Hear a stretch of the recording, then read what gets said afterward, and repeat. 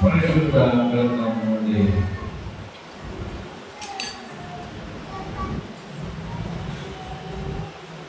కీర్తన గ్రంథం 30వ అధ్యాయం మొదటి నుంచి ఆఖరి వరకు వాసన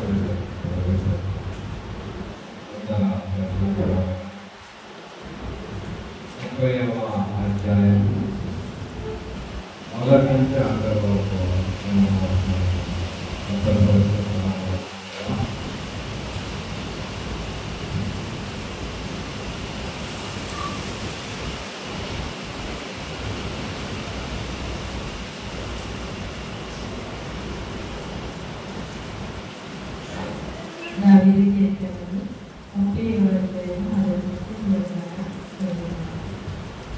యెహోవా నా శత్రువులు నా విషయమై సంతోషించగా నీవు సందర్శించినావు, అందుకే నేను నిన్ను కొనియాడుచున్నాను.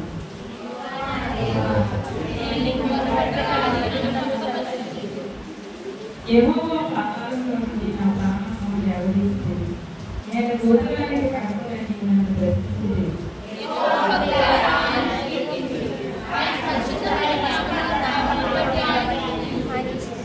ఆయన కోపము నిమిషం మాత్రము, ఆయన దయ ఆయుష్కాలము కలిగించింది. సదాకాలము సాయంకాలమున ఏడుకు వచ్చి రాత్రి అందరూ ఉదయం సంతోషపడు.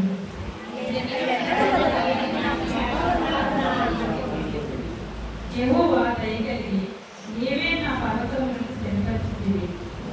నీ ముఖమును నీవు దాచుకునేటప్పుడు నేను కలత చెందితిని.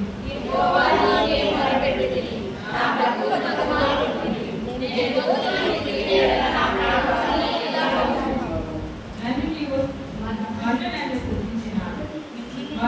స్తుతించిన నీ సత్యమును చూసి అది వివరించిన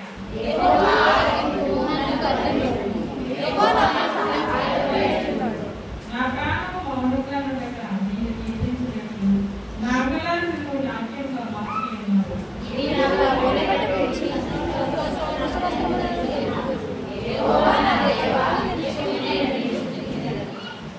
చదవబడిన ప్రవచన వాక్యం దేవుడు దీవించుగాక. ఆమేన్.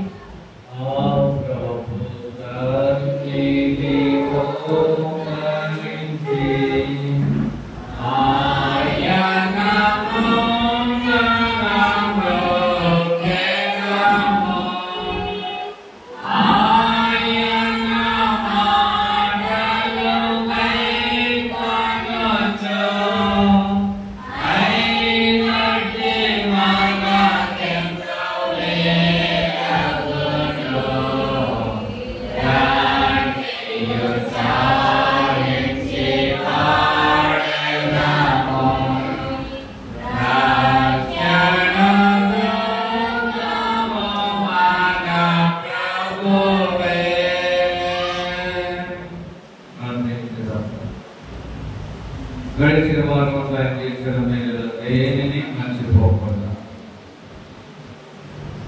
క్షేమకరముగా నా జీవనంలో వచ్చిందని ఆయన సన్నిధిలో ఉంచటమే మేలు తగిన మనం జ్ఞాపకం చేస్తుంది. ఆయన సన్నిధిలో ప్రార్థించి కృతించి ఆయనని కొనియాడి ప్రార్థిస్తున్నాను. సమయంలో అందరూ కొన్ని విషయాలు ప్రార్థన చేసి కృతజ్ఞతలు కూడా తెలియజేద్దాం. దేవుని ఆలయంలో గడపడంతో ఆశీర్వాదాలు ఎవరు తెలియని ధన్యత ఎవరికైనా వారికి మాత్రం గ్రహించారు. నేషనల్లో గడపడే గొప్ప ఆశీర్వాదాలు ప్రార్థన చేస్తాను.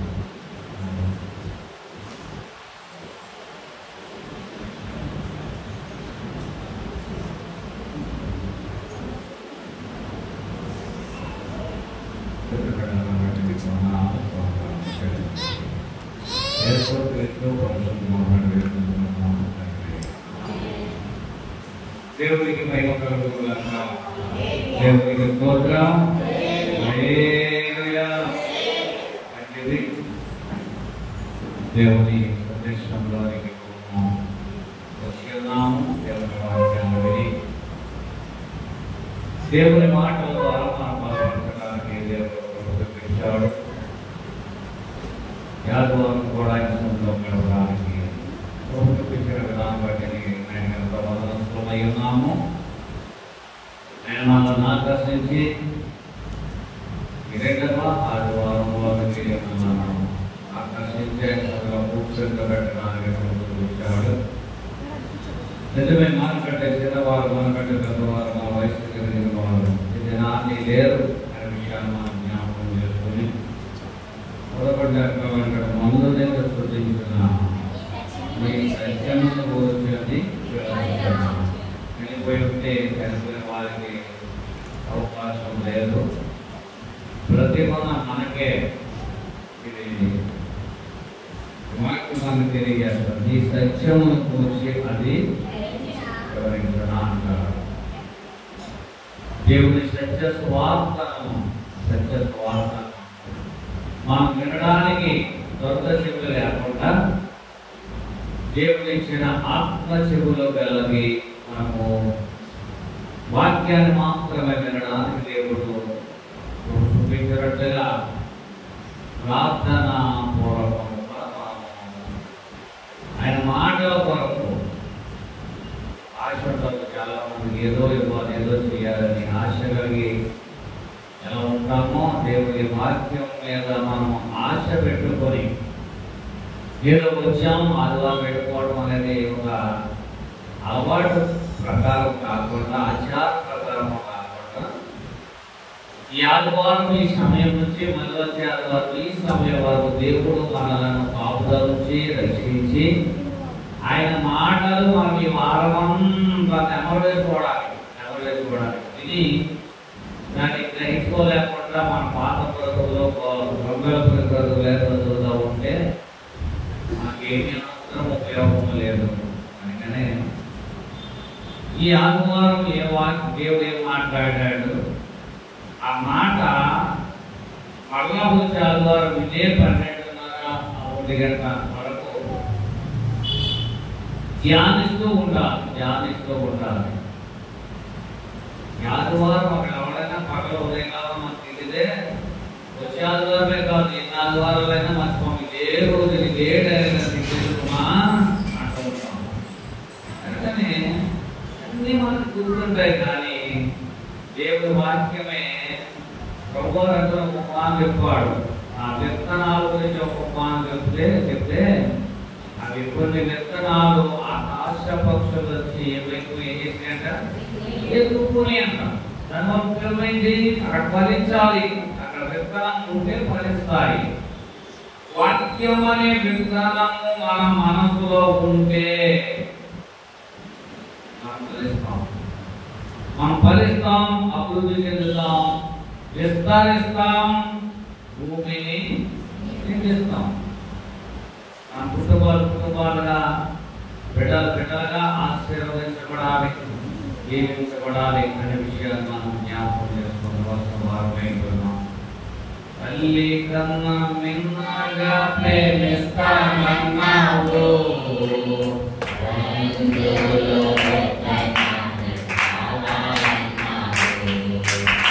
తల్లి కన్నా మిన్నగా ప్రేమిస్తానన్నావు,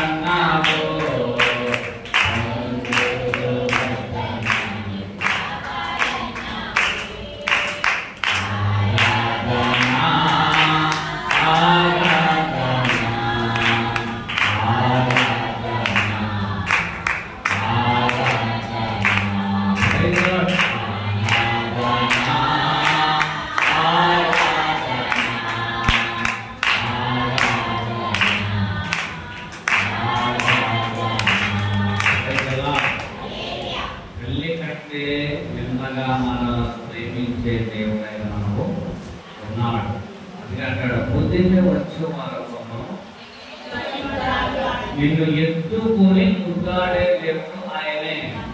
మన తల్లిదండ్రులు ముందు వచ్చే వారికి ఎత్తుకోలేదు, ఎందుకంటే వాళ్ళే వృద్ధాప్యం వచ్చేది.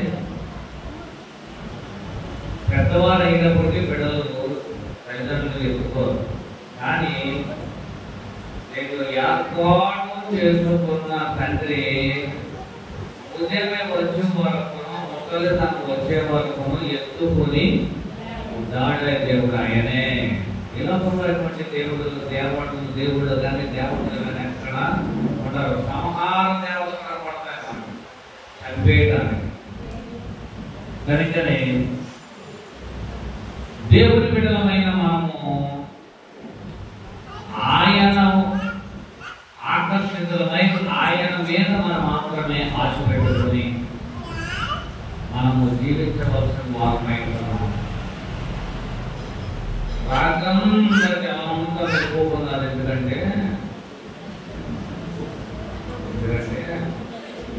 ఆశ మీకు ఇస్తారా 2,000 ఇస్తారా 15,000 ఇస్తారా 3,000 ఇస్తారా? పిఠాపురం 12,000 ఇచ్చారు. ఒకటికి 12,000 పిఠాపురం.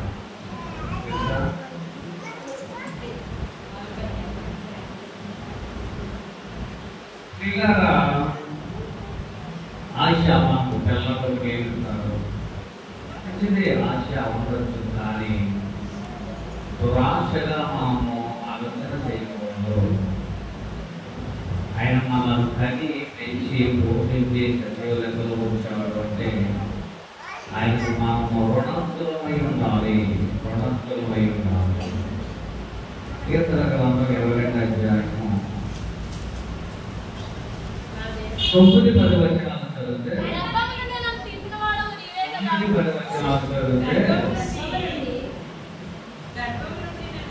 గర్భము నుండి నన్ను తీసిన వాడు నీవే. ఎక్కడి నుంచి అంట? ఆయన తీస్తాడు, నాకం తీస్తాడు కదా, వాసన తీస్తుందేమో కదా.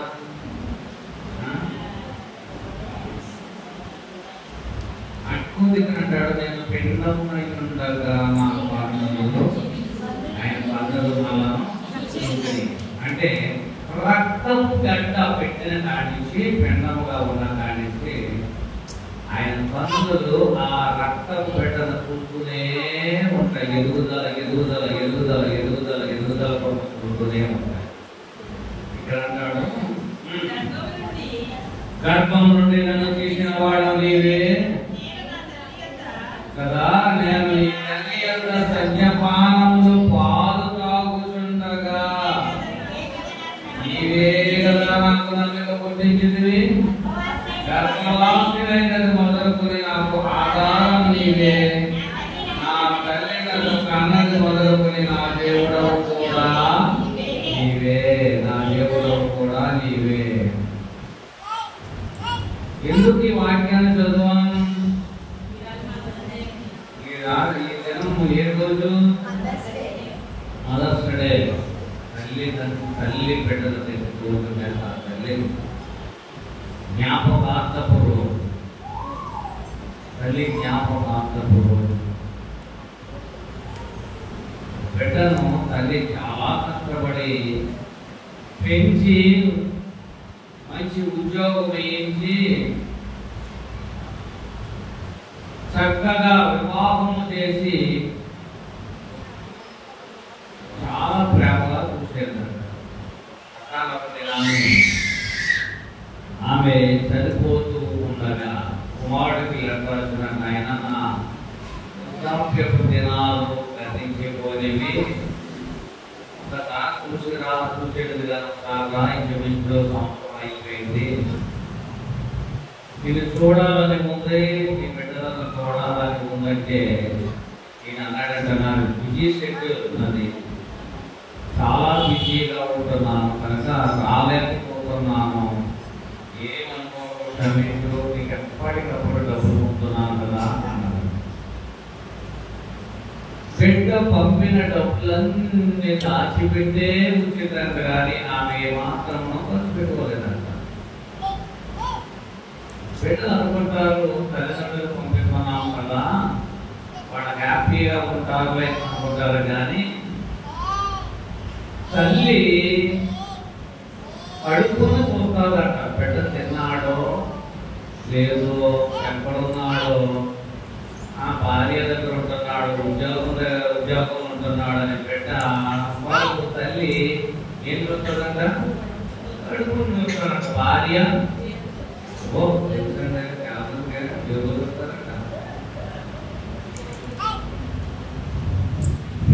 తల్లికి ఉన్న ప్రత్యేకత, తల్లికి ఉన్న ఒక ప్రత్యేకత, బిడ్డ మీద ఆశ పెట్టుకున్నాక, అయ్యో నా బిడ్డ వస్తాడు, నా బిడ్డ వస్తాడు, లెటర్ రాష్ట్రానికి వస్తాడు, ఎదురు చూసి చనిపోయింది. ఆ చుట్టుపక్కల గ్రామస్తులందరూ బాధ పెట్టేశారు. రాలేదు, చనిపోయిన తర్వాత కూడా రాలేదంట. సీతారా చాలా లెటర్లు వేసారంట ఊరు వారు, పెద్దలు వారు. మీ తల్లి చనిపోయిందయ్యా, అందుకోలే నీవు విజయవనాలు కాబట్టి రాలేదు, ఓకే మేము మా కార్యక్రమాలు ఊరు ఆ పద్ధతి పడగట్టులు బట్టి సమాధి చేసేసాము కనుక 7వ దినమో 9వ దినమో 11వ దినమో ఇష్టం వచ్చి ఆ గ్రామానికి ఒక విందును ఏర్పాటు చేయండి అని ఇంచుమించు ఆ వారంలో 30 లెటర్లు రాశారు. అప్పటికి ఫోన్ సౌకర్యం లేదు కాబట్టి లెటర్స్ వారంలో రాశారు. ఇలాగా అన్ని లెటర్లో కూడా అతను ఎప్పుడు చూసేవాడు కదంట. మా అమ్మ రాసిన శ్యామంగా రాసిన అప్పటిదాన్ని ఏముందని పక్కపడుతూ ఉండేవాడు. మనిషిని పెట్టి పౌరు పంపించారండి. ఇది రోజులైంది, కృష్ణ గారిని లెటర్ రాశారు, నువ్వేమి రాకపోయావు, రాబోయే చనిపోయినారు నిధులు రాసి నీకేదో ఎన్నో లెటర్ రాస్తాం, పక్కన పారేస్తాము అంటే వచ్చి ఆ గ్రామంలో ఎంతో ప్రేమతో ఎన్నో మేనకో చేశాడు. ఏమైనా ఉపయోగమా? తల్లి బ్రతుకున్న సేపు వచ్చి చూడలేనటువంటి వాడు భోజనాలు పెట్టినంత మాత్రాన అతడు ఆశీర్వదించబడతాడా? ఆలోచించి అదే గతి ఇతరు కూడా చెప్పడం కానీ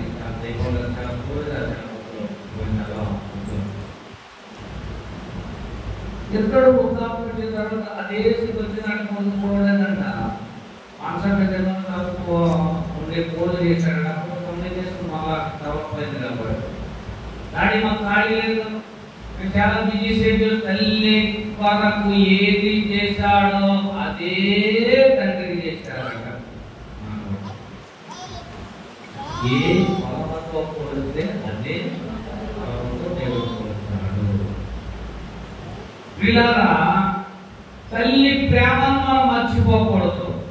తల్లి బ్రతుకుండగా ఎన్ని విషయాలు మనకు బోధించేదో, ఎలా ఉండండి, ఇలా ఉంటే ఆశీర్వదించబడతారు, ఎలా ఉంటే మీరు అభివృద్ధి చెందుతారు, ఎలా ఉంటే 4 రూపాయలు సంపాదించుకోగలుగుతారు అని తల్లి ఎన్నో చెప్తే వాటిని పెడ చెవిన పెట్టిన జనాంగం ఇంకా ఉంటే గనక మార్చుకోవాల్సిందిగా ప్రభు పేట మనవి చేస్తూ ఉన్నాం. మదర్స్ డే సెకండ్ చేసి వెళ్ళి హకింగ్ చేసి వచ్చేసిన మాట్లాడేవి కాదు, కానీ తల్లి మాటలు మనం చెవుల పెట్టుకుని ఇప్పుడు మనం తల్లులైపోయిన కనుక ఆ స్థితే మనం ఉండకుండా కుటుంబ నిమిత్తము మనము ఆశీర్వాదకరముగా దీవెనకరముగా ఉండవలసిన వారమై ఉంటున్నాం.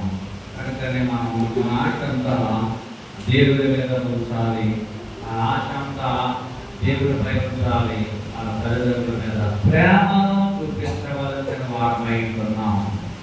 ప్రేమను చూపించవలసిన వారమై ఉంటున్నాం. 133 దాని చెప్పిన 3వ అధ్యాయంలో నీ ఆశ ఎవరి మీద ఇది ఈ మధ్యాహ్నంలో మనం జ్ఞాపకం చేసుకుందాము. ఇశ్రాయేలు తింటే ఇది మొదలుకొని నిత్యము యెహోవా మీదనే ఆశ పెట్టుకొనుము. ఇశ్రాయేలు, ఓ యాకోబు నీవు ఎక్కడున్నావు? ఇది మొదలుకొని నిత్యము యెహోవా మీదనే ఆశ పెట్టు. పెట్టుకో. యాకోబు ఆస్తితో నుండి ఇశ్రాయేలుగా మార్చిన తరువాత ఇశ్రాయేలుకు చెప్పిన ఆజ్ఞలు, కట్టడలను, విధులను, అతను బోధించిన ఉపదేశాన్ని, బోధను గమనించాడు కనుకనే యాకోబు ఆశీర్వదించబడ్డాడు, దీవించబడ్డాడు.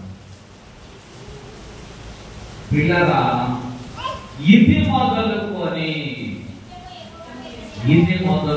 ఎంతవరకు ఎలా ఉన్నావో, ఎలా బ్రతికేసావో నీకు తెలుసు, దేవునికి తెలుసు. ఈ రోజు నుంచి అయినా నువ్వు కేర్ఫుల్, జాగ్రత్త, దేవుని మీద మాత్రమే ఆశ పెట్టుకో. దేవుని మీద మాత్రమే ఆశ పెట్టుకుంటే మనము దేవుని బిడ్డలమైన మనము, దేవుని నమ్మిన వారమైన మనము దేవుడి ద్వారా ఆశీర్వదించబడతాం, దేవుడి ద్వారా దీవించబడతాం. నీ ఆశ ఎవరి మీద? నీ బిడ్డల మీద నీవు ఆశపడుతున్నావు. ఇంకా చూస్తారని ఆశపడుతున్నావేమో. వారి కంటే ఎక్కువగా నీవు ఎవరి మీద ఆశ పెట్టుకో, దేవుని దగ్గరే కృప దొరుకుతుంది. దేవుని దగ్గర ఏం దొరుకుతుందంట? కృప దొరుకుతుంది. దేవుని మీద ఆశ పెట్టుకోవాలి, దేవుని మీద నమ్మకం పెట్టుకో. ఈ మధ్యాహ్న సమయంలో దేవుడిచ్చే ఈ మదర్స్ డే యొక్క ఆశీర్వాదం లేక వాగ్దానం ఏంటంటే, ఇశ్రాయేలు అనగా క్రైస్తవ జనాంగమా, క్రీస్తును అంగీకరించిన వారులారా, ఈ రోజు మొదలుకొని, ఈ టైం మొదలుకొని నీ ఆశ ఎవరి మీద? ఈ ఆశ ఎవరి మీద?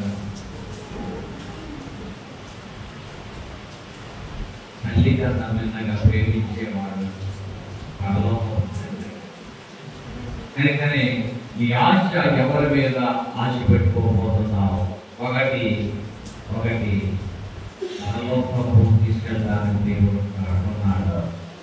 రెండవదిగా పాతాళానికి తీసుకెళ్తానికి సాతాను ఉంది.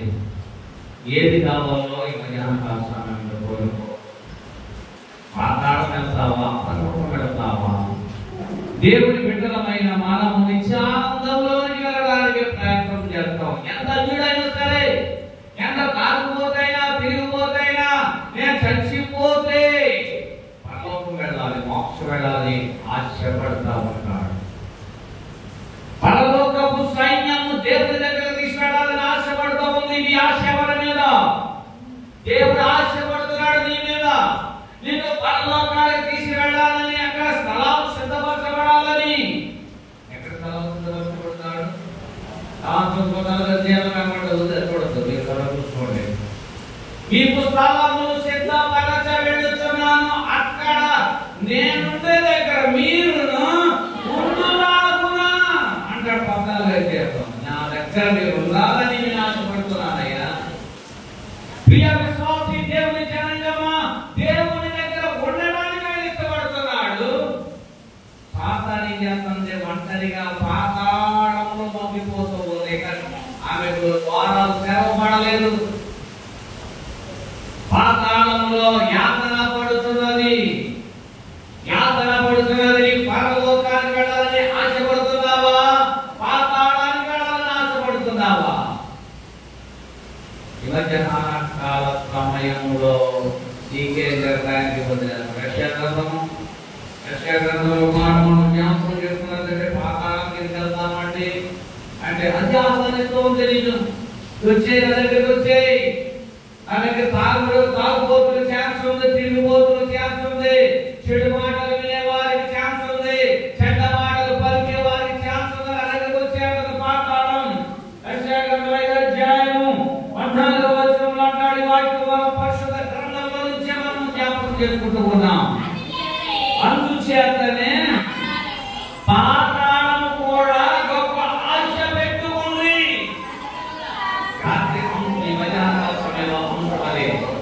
నీ ఆశ ఎవరి మీద? పాతాళం ఆశ పెట్టుకుంటుంది. నా దగ్గర వచ్చి, నా దగ్గర అన్ని హ్యాపీగా ఉంటే తాగొచ్చు, తినొచ్చు, తిరగొచ్చు, ఎలాగ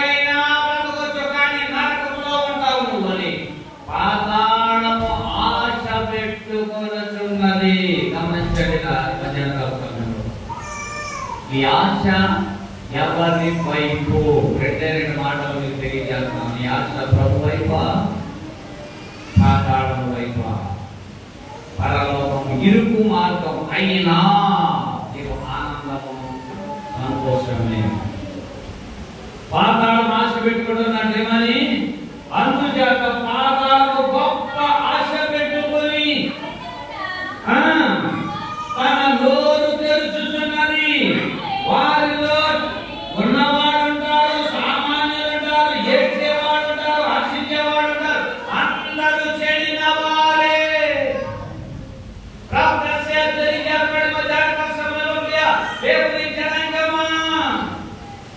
పాతాళము నోరు తెరిచి ఆశ పెట్టుకుంటుంది. నమ్మి భాగ్యసం పొందకపోతే పాతాళమే. నమ్మని వారికి చదవకండి, శిక్ష విధి అంటాడు.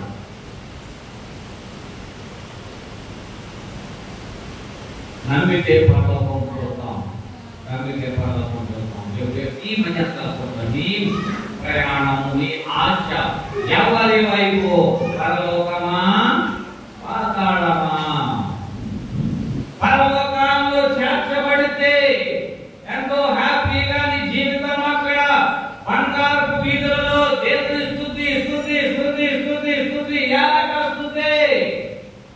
పాతాళము ఎవరంటారు? అక్రమం చేయవారి కొరకు, పాపము చేస్తున్న వారి కొరకు, త్రాగుబోతుల కొరకు, అబద్ధపు మాటలు మాట్లాడే వారి కొరకు, దేవుని నమ్మని జనాంగం కొరకు పాతాళము ఆశ పెట్టుకొని చూస్తూ ఉంది. పాతాళము ఆశ పెట్టుకొని చూస్తూ ఉంది. అయితే ఈ ఆశ ఎవరి వైపు, ఎవరి మీద? ఇస్కరియోతు యోధ దేని మీద ఆశ పెట్టుకున్నాడు? దేని మీద ఆశ పెట్టుకున్నాడు? ఇస్కరియోతు యోధ ప్రభు యొక్క ప్రధాన శిష్యుడు, ట్రెజరీ క్యాషియర్. క్యాషియర్ తీసుకోకుండా ఇస్కరియోతు యోధ అయిపోతాడు. మా అసోసియేషన్లో క్యాషియర్ కూడా పోటీ. ఆడిపల్లిగూడెంలో మా ప్రశాంత్ గారు వస్తారే, ఒక ఆయన ప్రకాష్ గారు అని, ఆయనకి ట్రెజరీ మీద పోదు అనమాట. ఏ అసోసియేషన్ లో జాయిన్ అయినా ట్రెజరీ పదవి కావాలి, లేకపోతే కాంపిటీషన్ పోతాడు. ఆ రోజుల్లో ఆ ఎలక్షన్ జరుగుద్ది. ట్రెజరీ వరకు, బీసీసీ వరకు, ఎంపీగా బీపీ వాటి వరకు కోటా పోటీ. ఆయన తాడిపల్లిగూడెంలో టౌన్ చర్చికి ఆయన కావాల్సింది ట్రెజరీ పోతే అక్కడ రాష్ట్ర డబ్బులు పొందుతాడు. అప్పుడు అయితే ఆ లోకం సంఘటన డబ్బులు వచ్చి నాకే రోడ్డు తిరుగుతూ ఉంటాడు. అప్పుడు 2 సంవత్సరాల క్రితం నేనే కదా ఆయన కూడా. నేను అప్పుడు అడిగాను, ఎందుకంటే ట్రెజరీ పోతాడు అంత అవసరమా? ఇస్కరియోతు అయిపోతుందేమో కదంటే, లేదండి, దానికి ఉన్న అర్హత లేదు, దానికి ఉన్న అధికారం లేదు. ఎవడొచ్చినా నా దగ్గరికే రావాలి. ఆయన ఉద్దేశం ఏంటి తెలిసిన? ఎవడొచ్చినా, ఏ కొత్త పాస్ వచ్చినా, ఏ కొత్త బిషప్ వచ్చినా రావాల్సింది ఎక్కడికంటే మొట్టమొదట ట్రెజరీ. కాబట్టి తన మూడు మీద ఆ కోర్టు కావాలని తిరుగుతూ ఉంటాడు. ఇస్కరియోతు యోధ శిష్యులకు లేక దేవునితో తిరుగుతున్నప్పుడు ట్రెజరీ పోస్టు తీసుకున్నాడు. తప్పు సంచి మీద ఆశ కలిగి, మప్పు కలిగి ఉన్నాడు. సంఘాలు ఆ రీతిలో అలాంటి పోస్టులు తీసుకోవద్దు సుమా. పేగులు బయటకు వచ్చి ఏమయ్యాడు? ఉరి పోసుకుని కింద పడి చనిపోయాడు. అంటే అప్పుడు కూడా ఉరి పోసుకోవడానికి కూడా ఒప్పుకోలేదు ప్రాణం. కనుకనే కింద పడి పేగులు బయటకు వచ్చి చచ్చాడు. ఇస్కరియోతు యోధ డబ్బు మీద, డబ్బు సంఖ్య మీద ఆశ కలిగి ఉన్నాడు. నీ ఆశ ఎవరి మీద అని మాట్లాడుతూ ఉంటాయి. యోబు గ్రంథము 17వ అధ్యాయంలో మనం చూసినట్లయితే, యోబు గ్రంథం భక్తుడైన యోబు ఒక మాట మనకి తెలియజేస్తూ ఉంటాడు. ఏంటి ఆ మాట? ప్రతి మాటలో ఆశ అనే మాట మనకి కనబడుతూ ఉంది. ఈ ఆశ ఎవరి మీద? ఇది మీ మనసుకు చాలా భయంకరమైన మాట. జాగ్రత్త సుమ. కేర్ఫుల్గా కౌంటర్ చేసుకోండి, అర్థం చేసుకోండి. భక్తుడనియో భూపర్యాలకి అనుపన్నుడు వస్తువులు అంటాడు మాట. ఆశ ఏదైనా నాకుంటే ఉండిన ఎడల పాతాళమునకు నాకు ఇల్లు అను ఆశయే. చూడండి, ఏ ఆశ ఉన్నా కానీ భక్తుడు అంటాడు యోబు, ఎలాంటి ఆశ ఉన్నా కానీ అది పాతాళములో నాకు ఇల్లు.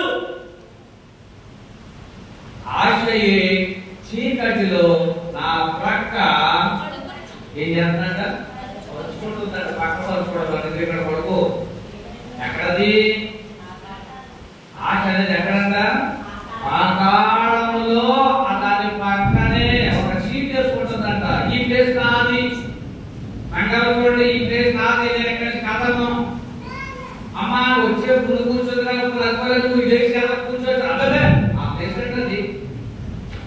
నువ్వు పాతాళపు ప్లేస్ సంపాదించుకుంటున్నావా, దేవుని వరకు ప్లేస్ ఒకటి సంపాదించుకుంటున్నావా? అంత జ్ఞానము కలిగి, అంత ఆశీర్వాదము కలిగి, అంత భక్తుడునా సేవకుడు అనే యోబు కూడా ఏమంటున్నాడో తెలుసా? ఆశ ఏదైనా కానీ నాకుంటే ఆహారము నాకు ఇల్లు అను ఆశయే చీకటిలో నా ప్రక్క పరుచుకొనుచున్నాను. ఏమంటారు, నా పాతాళానికి వెళ్తాడా, నా పరలోకానికి వెళ్తాడా? అంత భక్తుడు అతడు భయంతో కలిగి శ్రమలలో, బాధలలో, వేదనలో ఉంటూ అతడు అనుభవం ఉండి కూడా దేవునితో సన్నిహిత సంబంధం కలిగి ఉండి కూడా భయప్రాంతుడై అతడి వచనాన్ని రక్షించాడు. ఏమో నా పరిస్థితి ఎలా ఉంటుందో, మీ గ్యారంటీ, నా పర్లోకం గ్యారంటీ ఎవరు అనుకోవచ్చుమా? గ్యారంటీ పెడతామని అనుకోవద్దు. ఏమో అంత భక్తుడైతే కూడా, రెండంతలో ఆశీర్వాదం పొందితే కూడా అతడు అనుకున్న మాట ఏంటంటే, ఏ ఆశ అయినా కానీ, ఎలాంటిదైనా కానీ పాతాళమే నాకు ఇల్లు. ఏమో ప్రభు ఆ టైంలో మార్చొచ్చేమో, కాలు మార్చేమో, ప్రస్తుతానికి నేను పరలోకం వెళ్ళాలన్న ఆశ ఉండొచ్చు, కానీ దాన్ని ఇప్పుడు ఆశగా మనం మార్చుకోవాల్సిన పని లేదు. 500 ఇచ్చే పర్లేదు అనుకుంటే పర్లేదు, ఒకేసారి 5,000 ఇచ్చే పర్లేదు అనుకుంటే ఇలా పోతా ఉంటాం. దేవుని జనాంగమైన మనము దేవునికి విరోధముగా, దేవునికి అసహ్యమైన జీవితంలో జీవించకుండా దేవుని భయము, భక్తి కలిగి జీవించాలి. ఆయన విరోధముగా జీవిస్తే పాతాళమే మిగివేసింది కొంతమంది భక్తులను. మోషేతో ప్రయాణం చేశారు, ఇశ్రాయేలు మోషేతో ప్రయాణం చేస్తున్నారు. 6 లక్షల పైబడే, 6 లక్షల ఐగుప్తు నుండి 6 కేనెల ప్రపంచ దేశానికి నడిపిస్తూ ఉండగా అంత శ్రమ పడి, నిద్ర నిప్పులు లేకుండా, సరైన తిండి లేకుండా, దైవ సేవకులకు శ్రమ పడి, కష్టపడి మీ కొరకు, ఆ ఇశ్రాయేలు దేశము కొరకు, రాష్ట్రము కొరకు, ప్రజల కొరకు ప్రార్థన చేస్తూ ఉండగా 40 దినాలు ఉపవాసం ఉండి, మంచినీళ్ళు తాగకుండా, ఏమీ తినకుండా, ఆ కొండపై దేవునితో సన్నిహిత సంబంధం కలిగి ముఖాముఖిగా మాట్లాడుతున్న ఆ దైవ సేవకుల మీద ఇశ్రాయేలు విరోధముగా మాట్లాడుతున్న 200 మందిని ఎడగొట్టేశారు. 250 మందిని ఎడగొట్టేసి, ఆయనతో మనకేంటి పని, మనమంతా ఉపడెట్టుకుందాం, మనమంతా ఒక సంఘం అయిపోదాం, మనమంతా ఒక సహవాసం అయిపోదామని వేరేగా సంఘాన్ని విడగొట్టి పరిపాలిస్తున్న 3 వ్యక్తులు, భయంకరమైన 3 వ్యక్తులు పాతాళము, భూమి నేరాలు పీడించి చనిపోయారు. ఎవరు? కోరాహు, దాతాను, అబీరాం. వాటి అర్థం ఏంటో చెప్తే చాలా మంది వాళ్ళ గురించి తర్వాత చెప్తాను. ఈ 3 250 మందిని లక్షలాది మందిలో చికెనబట్టి సొంత కుప్పడ పెట్టేసుకున్నారు. ఓ మన సంఘం అభివృద్ధి చెందాలి, మన సంఘం బాగుపడాలి, మన సంఘం ఎంతమంది స్థానమంది అయిపోవాలి. ఎంతమంది వచ్చేస్తున్నారు మన సంఘానికి. ఎడగొట్టిన సంఘాలు శాశ్వతమైనవి కాదు. రాకడలో కొట్టుకు గాలి ఎగిరిపోయినట్టుగా ఎగిరిపోతాయి. గురుగులు కొలిసినట్లుగా కొలుస్తారంటే వాటితో పాటు కోసంలో పాడయ్యారు. అవి శాశ్వతమైనవి కాదు. చదువుదామా? అబద్ధమైతే చదువుతామా? సంఖ్యాకాండము అబద్ధమా నిజమా? ఏం తీసుకుందామా? సంఖ్యాకాండ 16వ అధ్యాయము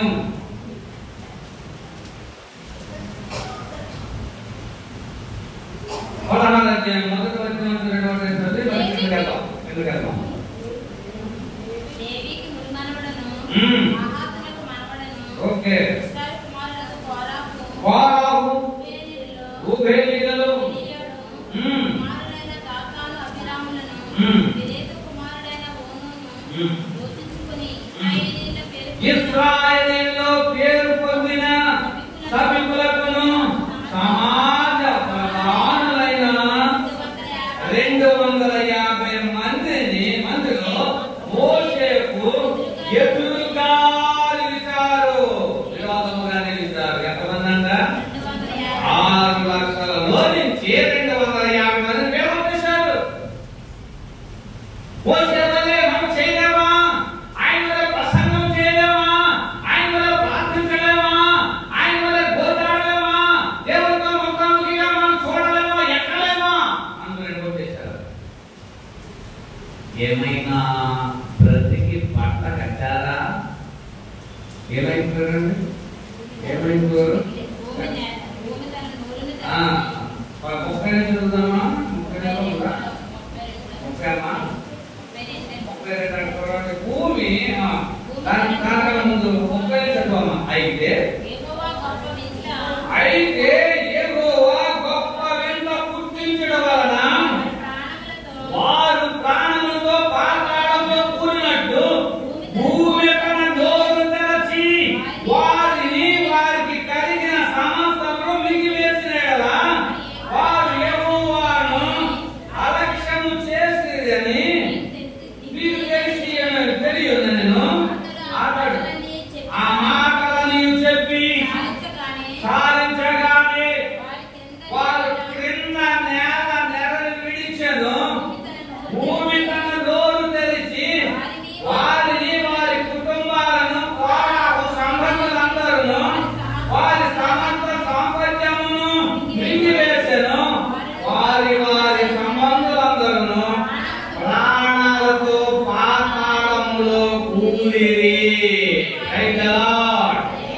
వాళ్ళందరూ ఎక్కడ పోయారంట?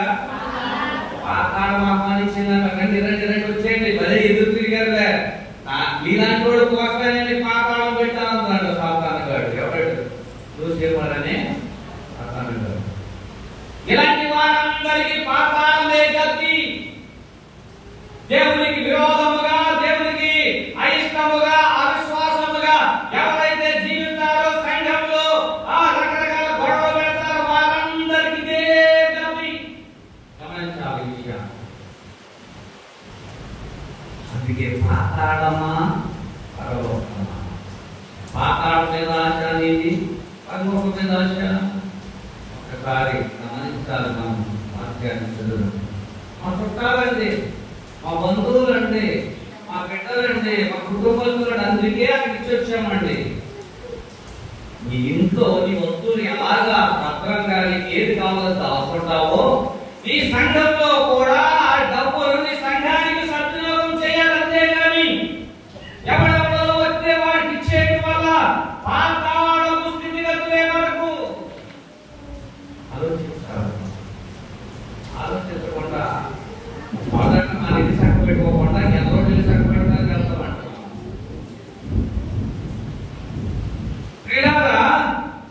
ఈ మధ్యాహ్న సమయంలో దేవుడు మనతో మాట్లాడుతున్నాడు.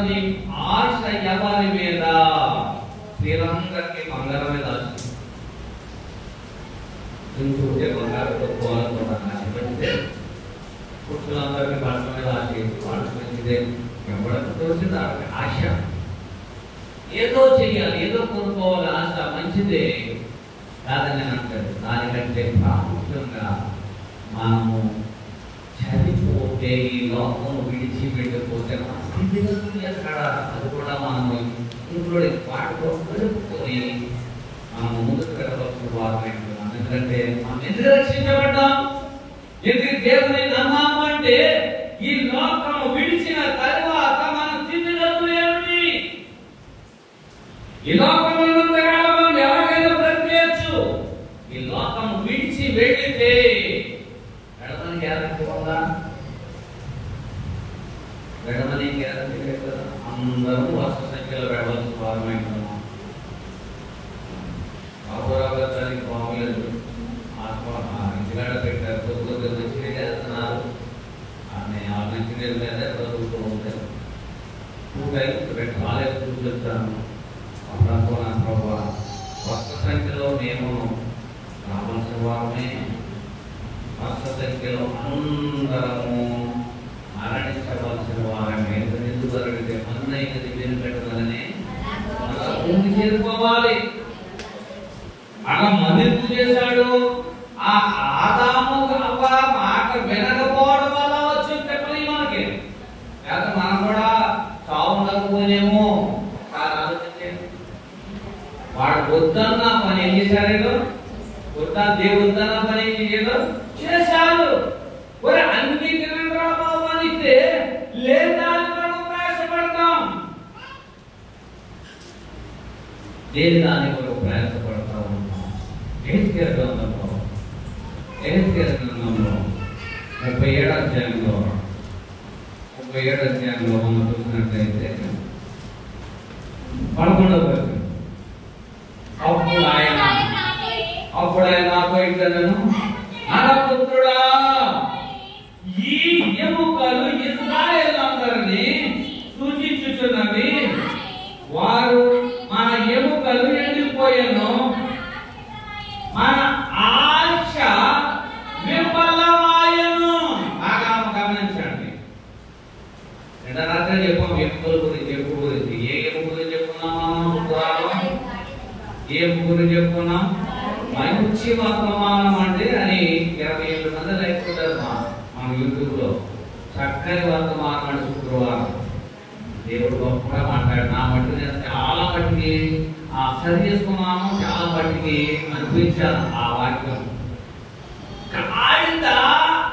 నన్ను వాడుకోవట్లేదనుకుని అనుకుని చనిపోవడం, ఆ ఎముక మరలా ఆ యుద్ధానికి ఉపయోగపడడం అనే దాని గురించి చాలా దూరం. నేను టైం లేక ముగించేసాను ఆ ఎముక గురించి. చాలా ఎముకలు, 4 ఎముకల గురించి చెప్పాలనుకున్నాను శుక్రవారం. టైం లేక ముగించడం జరిగింది. ఎక్కడో ఎముకలు కనబడుతున్నాయి. ఏసుకేలు దేవుడు ప్రత్యక్షమయ్యి 38వ అధ్యాయంలో 18వ అధ్యాయంలో దుంపట్టు కూడా తీసుకెళ్ళి ఆ భూమికి ఆకాశానికి మధ్యన వేలాడుతూ దుంపట్టు తీసుకెళ్ళి ఎక్కడ దించాడంట? ఎముకల కలిగిన లోయలో దించాడట.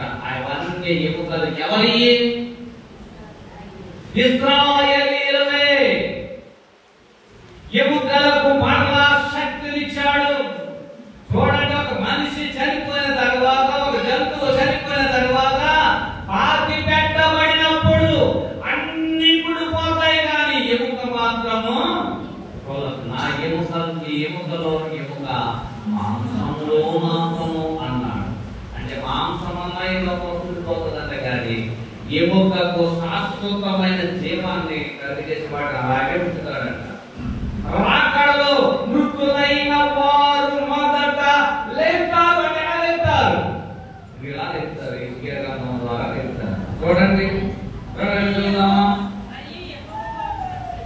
అప్పుడు ఆయన నాకు ఇద్దరు, నరపుత్రుడా, ఈ ఎముకలు ఇశ్రాయేలీయులందరినీ సూచించుచున్నది. చచ్చిపోయిన ఎవరు? ఇశ్రాయేలీయులు. ఆదాము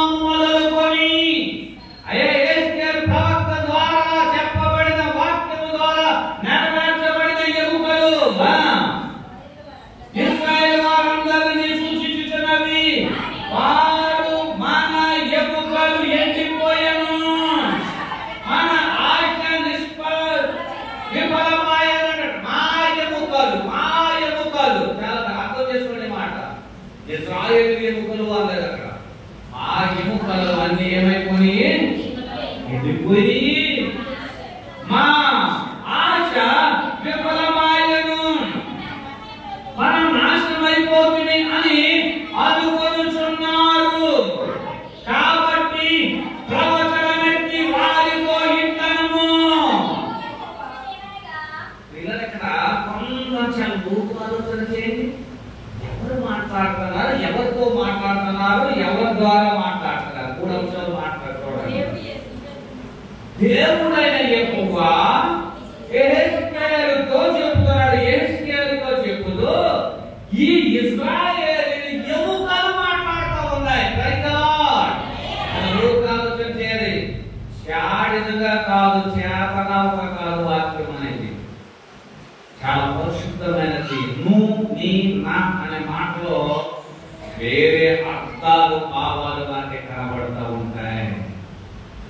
ఎముకలన్నీ కలిపి మనం పాడైపోయి, మన ఆశంక నిరాశ అయిపోయి చచ్చిపోయామని ఎముకలు ఒకదానొకరు మాట్లాడుకుంటూ ఉన్నాయంట.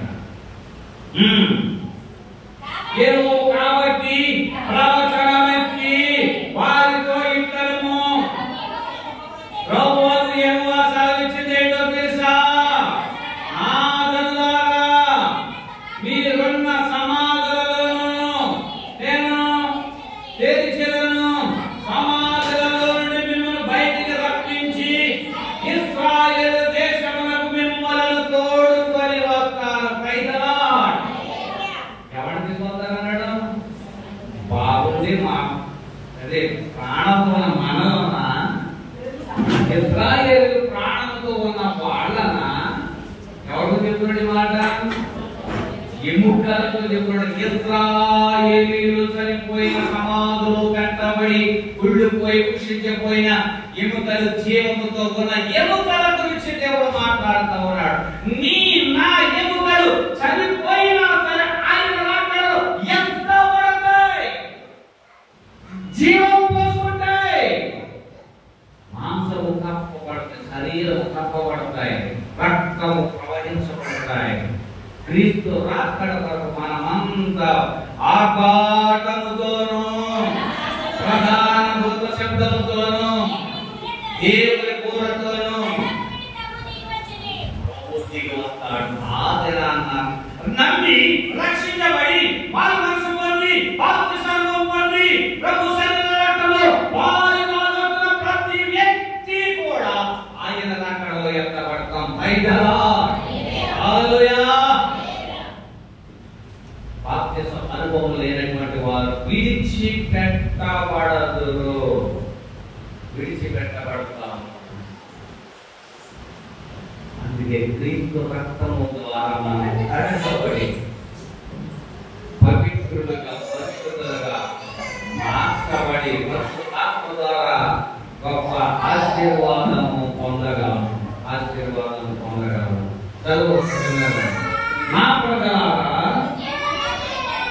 నా ప్రజలారా, నా ప్రజలారా, నేను సమాధులను తెరిచి సమాధులో ఉన్న మిమ్ములను బయటికి రప్పించగా నేను యెహోవానై దేవుడనై ఉన్నానని మీకు తెలుసుకొందురు. మీరు బ్రతుకున్నట్లు నా ఆత్మను మీలో ఉంచి ఈ దేశంలో మిమ్మల్ని నివసింపజేసేదను. యెహోవానగు నేను మాట ఇచ్చి దాన్ని నెరవేర్చునని మీరు తెలుసుకొందురు. ఇది దేవుని మాట. ఇది ఎవరి మాట? ఏ ప్రవక్త మాట కాదండి, దేవుని మాట. అంటే మనము జీవము కలిగి లేచి ఆయన రాకడలో మనమంతా ఆకర్షితులమ్మై ఎత్తబడతాం. దేవునికి స్తోత్రం. ఇక్కడ ఈ ఆశ ఏంటంటే పరలోకానికి వెళ్ళే ఆశ. ఈ ఆశ ఏంటి? పరలోకానికి వెళ్ళే ఎముకల గురించి ఆశ. యెహెజ్కేలు ప్రవక్త కలిగిన ఆశ, ఇశ్రాయేలీయుల చనిపోయిన ఎముకలకు కలిగిన ఆశను దేవుడు నెరవేర్చబోతున్నాడు. మరి పాతాళం అంటే ఏంటండి? పాతాళంలోకి ఆహ్వానిస్తుంది సాతాను. మనమంతా పాతాళంలో బంధించబడి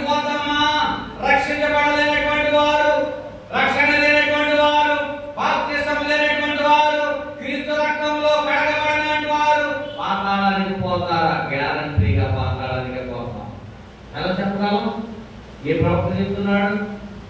ఏ గవర్నమెంట్ చెప్తుంది? చక్ర గవర్నమెంటా, స్టేట్ గవర్నమెంటా? పరిశుద్ధ గ్రంథం చెప్తుంది. లోకాస్వార్త 16 పరిశుద్ధ గ్రంథంలో చెప్తుంది. పరిశుద్ధ గ్రంథమే పాతాళానికి వెళ్ళే వాడి గురించి, ఆ లోకానికి వెళ్ళే వాడి గురించి విశాసముగా మనకు తెలియజేస్తుంది. 16వ అధ్యాయం 12వ వచనంలో ధనవంతుడు ఒకడు ఉన్నాడు.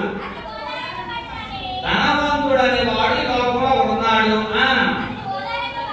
అతడు మంచి మంచి టీషర్ట్, ప్యాంట్లు, మంచి మంచి ఖరీదైనవి 5 లక్షలు, 30 లక్షలు, 20 లక్షలు ఒక షర్ట్, ప్యాంట్ లేదా 20 లక్షలు లేదా ఓడిన 12 కోట్ల రూపాయలు ఒక ప్యాంటు చక్రము. ఆ కోట్లు కలిసి ఎంతంటే 12 కోట్లు అంటారు.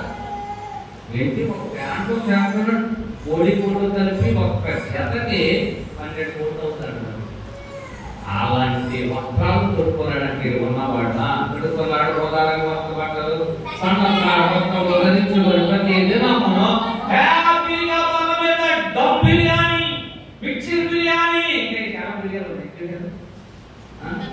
ప్రాన్స్ బిర్యానీ, ఇంకా రకరకాల బిర్యానీ ఉన్నాయి. మేము మొన్న మా పిల్లలందరూ హైదరాబాద్ వచ్చారు కాబట్టి ఎక్కడికో సత్తగా వెళ్దాం డాడీ, మరి బాగోదు కదా అని బిఎస్ఆర్ అడుగుతారు. బిఎస్ఆర్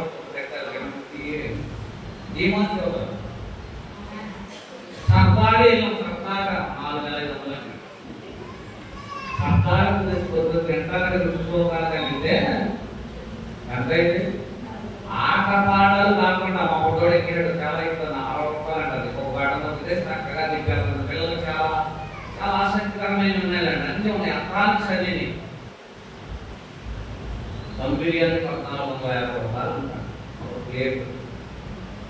ఓరే ఎందుకు వచ్చింది కూడా అయ్యా 1450 కేజీ మటన్ వస్తుంది, 250 చికెన్ వస్తుంది. చక్కగా ఇందులో తయారు చేసుకున్నాం కదండి. నాడి ఇప్పుడు తింటాము కలిసి. అందుకనే వెళ్దాం గాడి 10 తీసుకెళ్ళాను. హిందీ పండారు అచ్చని తిందులు అంటారు. ఏ తిందులు? కర్రీ తిందులు. ఆ లోపలి బయట వస్తానికి 20,000 అయిపోతున్నాయి. వచ్చేస్తున్నా ఐస్ క్రీమ్ అంట. కింద పాటలో కింద పాటలో ఐస్ క్రీమ్ అంట, పైన దాంట్లోనేమో బిస్కెట్ అంట, ఇంకా పైనేమో కింద కూర్చొని తింటామంట, పైన కూర్చొని తింటామంట. నాకేం ప్రత్యేకపోయింది. దేవునికి స్తోత్రం కలుగునుగాక. ఒక దరిద్రుడు ఉండేది. వాడు కురుపులతో నిండిన వాడై ధనవంతుని ఇంట వాకిట పడి ఉంది. అతని బల్ల మీద ఆకలి తీసుకున్నాడు. చాలా సింపుల్ గా చెప్పాలంటే చక్కగా పావుకెళ్ళి మటన్ తెచ్చుకున్నా, చికెన్ తెచ్చుకున్నా, హ్యాపీ పడుతుంది. అలా తింటున్నాడు. అలా అనుకున్నా తగ్గించుకున్నాం మధ్య. అప్పుడు అతడు ఆ దరిద్రుడు చనిపోయి దేవదూతల చేత అబ్రహాము రొమ్మున ఆనుకొని ఉండెను. ధనవంతుడు కూడా చనిపోయి కూడా చనిపోయి పాతి పెట్టబడెను. అప్పుడు అతడు పాతాళంలో బాధపడుచు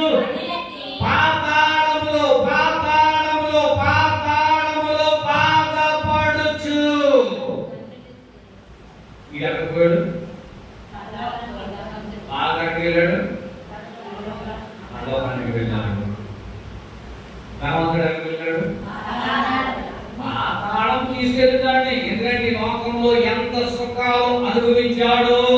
సరి అయిన పేదలు గాని దరిద్రులు గాని ఎవరిని లక్ష్య పెట్టకుండా బ్రతికాడు. లగ్జరీగా తిరిగాడు, లగ్జరీగా తిన్నాడు.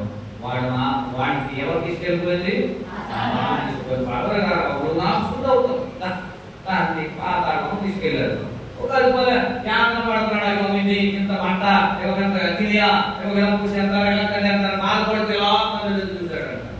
పని దగ్గర చూడగానే ఎవరైనా పడుతున్నారు? పడుతున్నారు. ఎక్కడ ఉన్నాడండి ఆయన?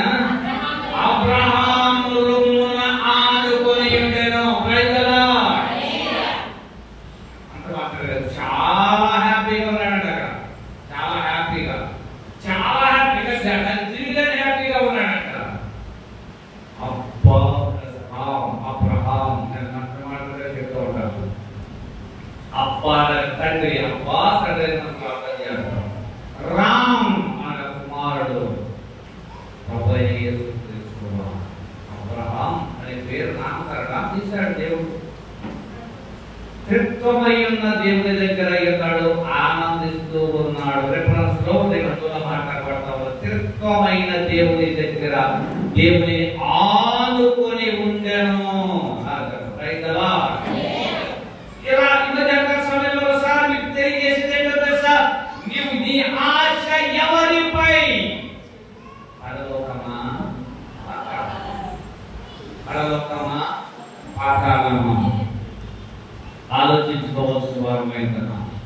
ఇలా ధన సంపదలు, ఆస్తి యావత్తు ఇవన్నీ నీ నా వెంట రానే. ధన సంపదలు కౌరవములు దహించి పోవును ఈ లోకములో. ధన సంపదలు కౌరవములు దహించి పోవును పాపము నిండే జగములో. పాపము నిండే జగములో శాపము చేకూర్చుకొని లోకము శాపము చేకూర్చుకొని పరమాత్మని జగమున ప్రభువా.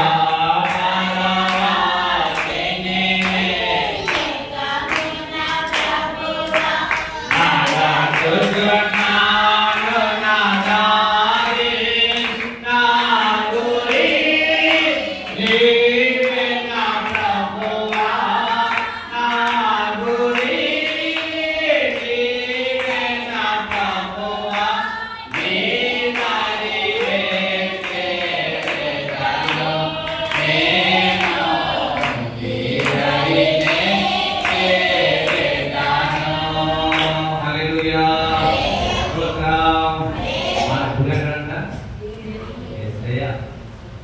ఆయన మీద మాత్రం ఆశ పెట్టుకున్నాం. ఈ శోధనలు, బాధలు, వేదనలు, సమస్యలు సతమతమవుతున్నావా? నీ కుటుంబాన్ని చూడలేదని బాధపడుతున్నావా? ఆయన మీద ఆశ పెట్టుకోవాలి.